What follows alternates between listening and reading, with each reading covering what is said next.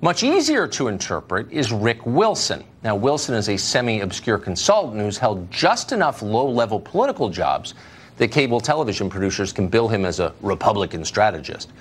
Wilson seems to spend most of his life opining in one of those 6-guest shout fests in boxes that the other channels specialize in.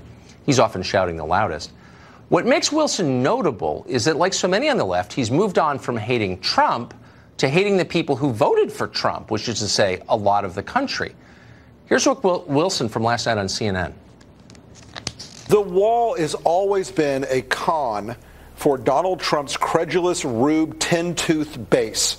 The wall has always been a scam. It has always been a lie. Nothing about the wall has ever been real, and Donald Trump knows it. It seems to work with his base because they believe it over and over again that nothing will stop the brown horde except the wall.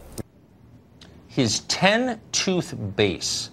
Imagine mocking people who can't afford to fix their rotting teeth.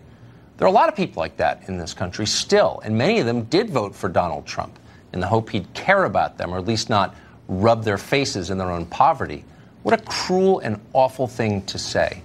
Did it ever occur to Rick Wilson that people who are losing their teeth might benefit from cheaper dental care? Maybe Washington could help with that. But no. Easier to make fun of them and get rich doing it, something Rick Wilson specializes in. The pictures of the cruelty of this administration are a very deliberate part of this. Their core supporters, want anybody who's darker than a latte deported.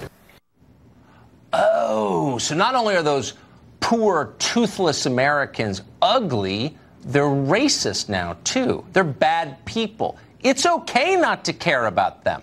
They can die young of diabetes and cirrhosis and drug ODs, and we can feel fine about it. Rick Wilson can keep taking pictures of himself inside private airplanes, secure in the knowledge that those dummies with bad teeth deserve everything they get. They're immoral, unlike Rick Wilson. Victor Davis Hanson is a fellow at the Hoover Institution, and he joins us tonight. Professor, thanks very much for coming on. I keep noticing this phenomenon where the farther behind middle America, rural America, falls, the longer the death rate continues to rise, the life expectancy continues to fall, the more the people in charge hate rural America. They hate the people who are suffering the most. Why is that? I don't know. I'm speaking from rural America, and I can